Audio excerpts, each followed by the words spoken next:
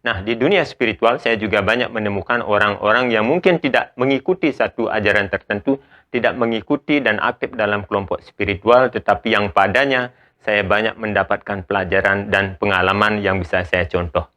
Banyak orang-orang, apalagi tetua zaman dahulu, yang full of wisdom. Dia memiliki banyak sekali kebijaksanaan yang pantas untuk saya tiru dan saya jadikan teladan. Ini adalah video tentang opini, analisa, dan sudut pandang yang kemungkinan bisa sama atau bahkan jauh berbeda dari apa yang Anda pikirkan. Maka, hargai perbedaan dan silahkan tulis sudut pandang Anda di kolom komentar. Om Swastiastu, Om Sri Sai. Satu hari seorang sahabat pernah berkeluh kesah dengan nadanya yang sedikit kecewa karena merasa dirinya telah tertipu oleh seseorang yang telah dianggapnya sebagai saudara seperguruan. Spiritual kok nakal. Nah, itulah tema yang akan kita coba angkat pada hari ini agar kita bisa lebih realistis dalam melihat kenyataan yang ada. Bahwasanya kita tidak bisa mengharapkan atau membayangkan orang-orang yang telah mengikuti jalan spiritual itu sudah menjadi pribadi yang perfect, pribadi yang sudah berkesadaran seperti mungkin jargon yang diusungnya, yakni tentang kesadaran Tuhan. Jadi apa yang bisa saya sampaikan adalah bahwasanya kelompok-kelompok spiritual yang ada itu, jika bisa saya analogikan, itu hanyalah seperti sebuah bengkel, di mana di bengkel tersebut akan ada banyak sekali pasien atau motor-motor yang datang dengan berbagai macam persoalannya. Ada mungkin motor yang bermasalah dengan pencahayaan lampunya, sehingga ia tidak benar-benar jelas melihat titik yang akan disorotnya pada malam hari. Demikian halnya dengan jiwa-jiwa atau orang-orang yang bermasalah dengan penglihatannya ketika dia belum bisa menentukan mana yang kebenaran dan juga mana pembenaran. Kemudian ada juga mungkin jenis motor yang memang bermasalah dengan lampu sein atau lampu ratingnya, sehingga dia tidak bisa memberikan tanda-tanda yang jelas apakah dia akan berbelok ke kanan ataupun berbelok ke kiri. Itu menjadi gamang dan tidak jelas. Nah, dalam kaitannya dengan spiritual, bisa jadi di antara kita ada orang-orang yang seperti demikian, belum bisa menunjukkan tanda-tanda yang jelas.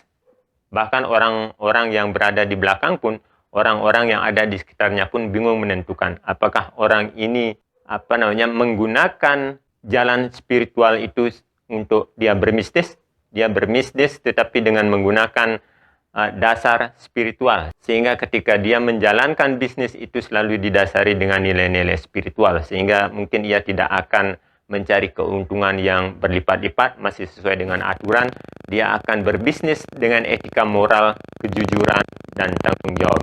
Ataukah justru sebaliknya, dia menggunakan spiritual sebagai ajang bisnisnya, sehingga ketika dia memasuki spiritual, dia melihat, wah, ini bagus kalau saya menempatkan ini begini, berbuat begini, dan lain sebagainya. Nah, bisa jadi apa yang dialami sahabat tadi adalah masalah ini. Apakah dia akan menggunakan warna atau profesinya tersebut yang kebanyakan untuk berdagang itu menggunakan rumus-rumus spiritual, ataukah justru dia ingin berbisnis dalam spiritual? Nah, itu juga menjadi masalah. Kemudian ada jenis yang lainnya, yakni kendaraan atau motor yang datang karena bermasalah dengan rem pengendaliannya. Nah, ini juga berhubungan dengan sifat kita sendiri. Jika dalam spiritual kita mungkin juga sering lepas kontrol, tidak bisa mengendalikan diri, rem pengendalian kita yang blong, sehingga juga datang ke bengkel atau ke tempat spiritual ini untuk mendapatkan perbaikan. Jenis yang lain bisa jadi ada juga yang bermasalah dengan hand starternya ya, kadang mau hidup dan kadang tidak. Dan ini juga dialami oleh orang-orang yang ingin mendalami spiritualnya, ingin memperoleh kesadaran tentang dirinya. Kadang-kadang dia disemangati oleh berbagai aturan yang diterapkan oleh organisasi apa yang dia ikuti, tetapi kadang-kadang ia juga didera oleh rasa malas, sehingga puasa kadang ya, kadang tidak, berjapa kadang ya, kadang tidak. Ini juga menimpa pada kita. Nah, dari berbagai ragam penyakit atau kendala yang dialami motor-motor tersebut mereka numplek ke beberapa bengkel. Ya, tentu saja bengkelnya bukan cuma ada satu, bengkel tentu ada banyak.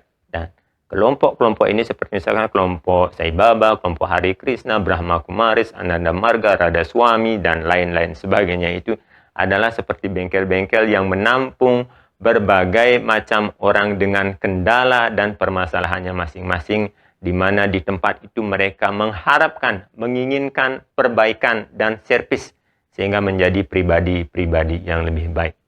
Tetapi celakanya adalah sebagaimana kita juga menjadi owner, menjadi pemilik dari kendaraan motor yang bermasalah itu, kadang kita berpikir bahwa ketika beberapa bagian diservis itu kita menganggap bahwa motor yang kita miliki itu sudah fix, sehingga kita kadang keluar dari bengkel tersebut tanpa menyelesaikan servis secara full.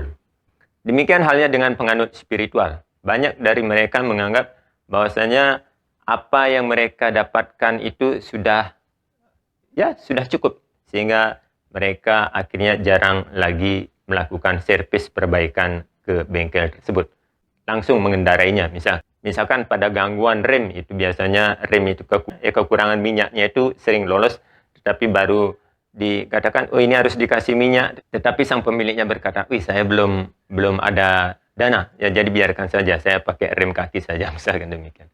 Jadi ketika hal ini terjadi lalu mereka keluar dengan kondisi yang sebenarnya belum benar fix untuk bisa mereka gunakan berkendara, sehingga kemungkinan untuk terjadi sesuatu yang tidak diinginkan itu masih saja bisa terjadi. Ya, sama seperti dalam kehidupan spiritual, ketika kita menganggap semuanya sudah cukup, saya sudah mendapatkan apa-apa, lalu dengan jumawa kita berpikir, ya saya sudah menjadi makhluk spiritual, akhirnya kita mengalami hal-hal yang sebenarnya di mata orang lain itu belumlah apa-apa, tetapi kita sudah menempatkan diri dalam ketinggian sebagai orang-orang yang telah memiliki kesadaran. Padahal nyatanya justru banyak sekali orang-orang sehat di luar sana, kendaraan-kendaraan yang tidak mengalami gangguan tetapi tidak masuk ke bengkel, itu tidak bisa kita katakan lebih di bawah. Justru mereka motor-motor sehat yang seharusnya bisa kita jadikan acuan. Nah, di dunia spiritual saya juga banyak menemukan orang-orang yang mungkin tidak mengikuti satu ajaran tertentu, tidak mengikuti dan aktif dalam kelompok spiritual, tetapi yang padanya saya banyak mendapatkan pelajaran dan pengalaman yang bisa saya contoh. Banyak orang-orang, apalagi tetua zaman dahulu, yang full of wisdom.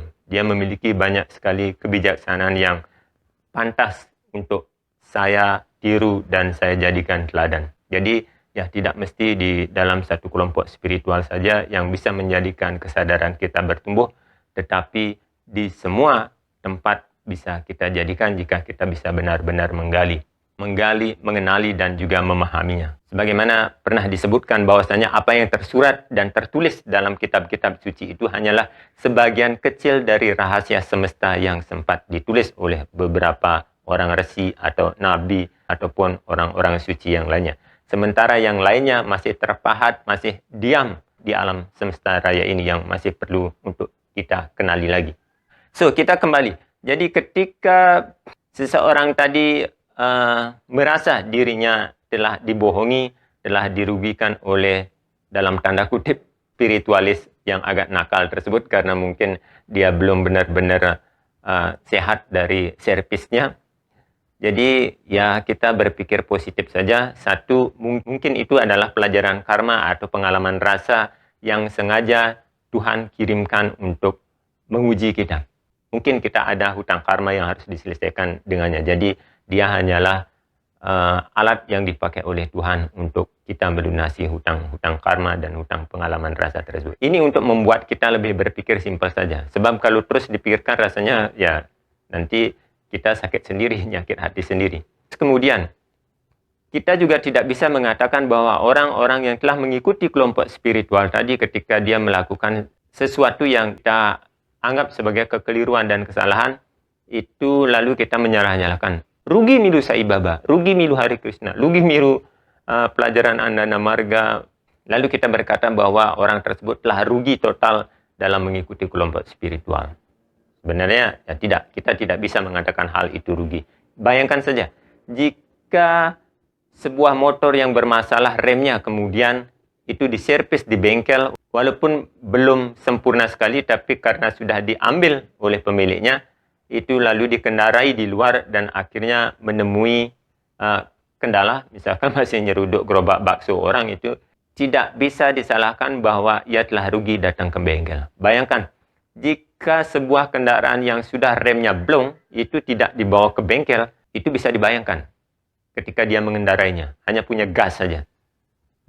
Mungkin bukan cuma rombong bakso yang dia tabrak, tetapi bahkan efeknya mungkin lebih fatal lagi. Dalam artian begini, saya menganalogikan bahwa pelajaran yang kita dapat di kelompok-kelompok spiritual itu bagaikan rem pengendalian diri. Masalahnya sekarang adalah ketika kita sudah mengenali, memegang rem pengendalian tersebut, apakah di luar ketika kita berkendara sepeda motor, kita mampu melakukannya? Kita mampu menggunakannya dengan baik. Walaupun sudah ada rem, tetapi jika kita ngebut sekali, itu remnya juga kadang tidak berfungsi. Itu remnya ketika kita rem mendadak itu juga bisa menimbulkan kecelakaan. Jadi apa pelajaran yang didapat dalam kelompok spiritual itu adalah rem-rem pengendalian diri saja. Berhasil tidaknya itu kembali kepada diri kita masing-masing. Apakah kita bisa menggunakannya dengan baik pada timing yang baik pula. Jadi ya, dari pengalaman sahabat tadi, saya justru mengambil hikmahnya bahwasanya ketika kita membelajarkan diri dalam berbagai kelompok spiritual yang ada, entah labelnya apa, kita tetap masih harus selalu mengecek dan waspada pada kemungkinan yang lain yang bisa saja muncul sewaktu-waktu yang menyebabkan kendaraan spiritual kita itu bermasalah. Jadi rutin melakukan servis. Makanya di dalam SSG, dalam 9 pedoman perilaku itu, datang menghadiri kebaktian minimal sekali dalam sebulan. Itu minimal sekali dalam sebulan. Dalam artian apa?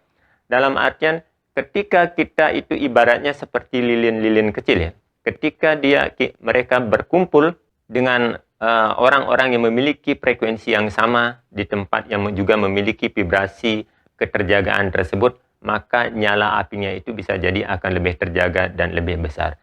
Tetapi jika cahaya lilin kita itu sudah redup begini, terus menyendiri di tempat yang anginnya agak keras sekali, bisa jadi nyala api spiritual itu juga akan padam. Nah, lingkungan tempat kita berada di zaman kali ini memang lebih banyak itu angin kencangnya yang bisa saja membuat api kesadaran spiritual kita itu meredup dan bahkan mati. Oleh karena itulah, di berbagai macam kesempatan kita dianjurkan untuk setidaknya selalu bisa berkumpul dengan orang-orang yang sefrekuensi, dengan orang-orang yang memang memiliki keinginan yang sama untuk menyadari dirinya sendiri, untuk menumbuhkan kesadaran dalam dirinya. Ya, apalagi zaman sekarang sudah gampang sekali kita memiliki WhatsApp group, ada banyak sekali pesan dan ajaran yang bisa kita dapatkan dari berbagai kelompok spiritual ataupun orang-orang yang memang menekuni hal tersebut sehingga gampang sekali diakses. Namun demikian, tetap juga kita harus setidaknya meluangkan waktu untuk bisa berkumpul dan memastikan bahwa api kesadaran ini tetap terjaga. Jadi saya kira itu yang bisa saya sampaikan pada hari ini. Berharap bahwa teman-teman yang mengikuti ataupun mereka yang berada di luar kelompok spiritual ini masih mengizinkan ruang bagi kita untuk tetap waspada bahwasanya orang-orang yang telah menempatkan dirinya dalam berbagai kelompok spiritual itu belum sepenuhnya menjadi pribadi-pribadi yang sadar seperti yang mungkin kita bayangkan. Kita masih dalam proses. Untuk mencapai tersebut, sehingga masukan, kritikan yang bersifat membangun itu sangat amat kita perlukan.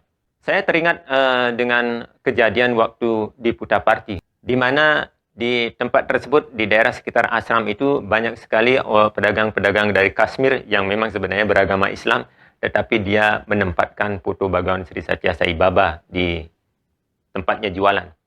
Berharap agar orang-orang yang menjadi pengikut Bhagawan Sri Satya Sai Baba itu datang dan mengira bahwa, oh ini juga pemuja. Jadi ketika kita berbelanja kepada sama pemuja, it's okay. Itu bisa digaransi bahwa harganya mungkin lebih jujur dan bisa dipertanggungjawabkan. Tetapi faktanya memang tidak demikian. bahwasanya gambar Bhagawan Sri Satya Sai Baba itu hanya dipakai pajangan saja, sedangkan mereka tidak benar-benar percaya. Karena saya sempat ditanya oleh seorang pedagang Kashmir tersebut, "Why did you believe with Sai Baba as God?" Wah, pertanyaan yang justru membuat saya heran. Kok bisa tanyanya demikian? Padahal dia sendiri memajang foto Bhagawan Sri Satya Sai Baba yang besar di tempat ini.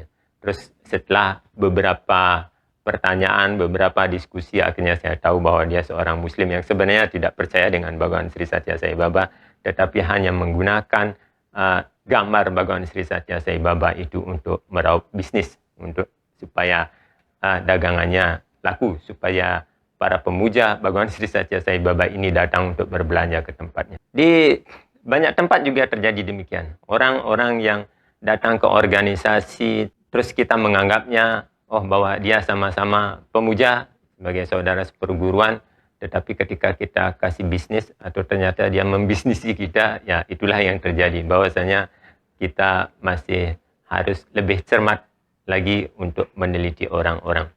Tidak boleh kita lantas menyatakan bahwa orang-orang artinya kan banyak orang yang mengikuti kelompok ini ternyata begini, tetapi itu hanya oknum-oknum saja, beberapa orang di semua tempat, bukan hanya di kelompok spiritual A atau kelompok spiritual B, tetapi hampir semua, di semua agama selalu ada tipe-tipe orang seperti itu. Sebagaimana yang disebutkan dalam Bhagavad Gita, bahwasanya ada 4 jenis orang yang akan mendekati Tuhan, yakni yang pertama, orang yang sedang sakit. Nah, ketika sakit kita biasanya memang mencari pertolongan kepada Tuhan, nyundak sini kemumai oleh kesembuhan, kan demikian, atau pergi ke tempat suci dengan banyak harapan. Bagaimana halnya juga yang terjadi dalam kelompok Sai Study Group ini, karena Bhagawan Sri Satya Sai Baba berdasarkan bukti-bukti dan pengalaman yang pernah diperoleh oleh beberapa orang, dia bisa menjadi penyembuh dan pemberkat bagi keuntungan material. Jadi mungkin mereka datang dengan keinginan tersebut. Terus kemudian ada juga jenis kedua, yakni mereka yang datang demi untuk mendapatkan keuntungan finansial, untuk mendapatkan harta. Jadi mereka datang untuk mendapatkan pemberkatan, sama seperti di Bali itu ketika ada satu tempat yang dikatakan sangat murah untuk mendapatkan rezeki, tempat-tempat tersebut biasanya akan diserbu hampir tiap hari, apalagi dalam Piodalan Purnama Tilam itu akan tumpah ruah orang yang bersembahyang untuk meminta rezeki dan pemberkatan di tempat tersebut. Sebenarnya ada orang yang memang datang untuk cari ilmu pengetahuan, jenana kesadaran diri. Mereka juga akan datang kepada Tuhan. Nah, dari jenis-jenis tersebut kita juga mesti bisa memaklumi dan bisa mempelajari karakter masing-masing, sehingga jika kita tidak mau menjadi korban penipuan, ya tetap harus waspada. Di mana-mana terjadi hal yang seperti itu. Jadi tidak benar-benar menjadi jaminan bahwasanya orang yang telah mengikuti pesan dan ajaran dari sang nabi atau orang-orang hebat itu juga telah menjadikan dirinya sehebat, semulia ataupun sejujur dari orang atau figur yang ingin diteladaninya. Sekali lagi, inilah adalah proses dari membelajarkan diri, sehingga kita sama-sama menjadi pejalan yang harusnya tetap saling mengingatkan satu dengan yang lainnya.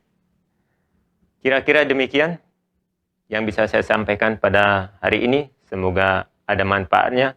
Dan saya tetap menunggu komentar, input, dan masukan dari para sahabat untuk kita bisa perbincangkan, untuk kita bisa bahas bersama, demi untuk saling mengingatkan, saling merimain agar bertumbuhnya kesadaran, cahaya kesadaran spiritual dalam diri ini tetap bisa terjaga, dan kita berharap itu semakin membesar, bukannya semakin meredup dan akhirnya hilang.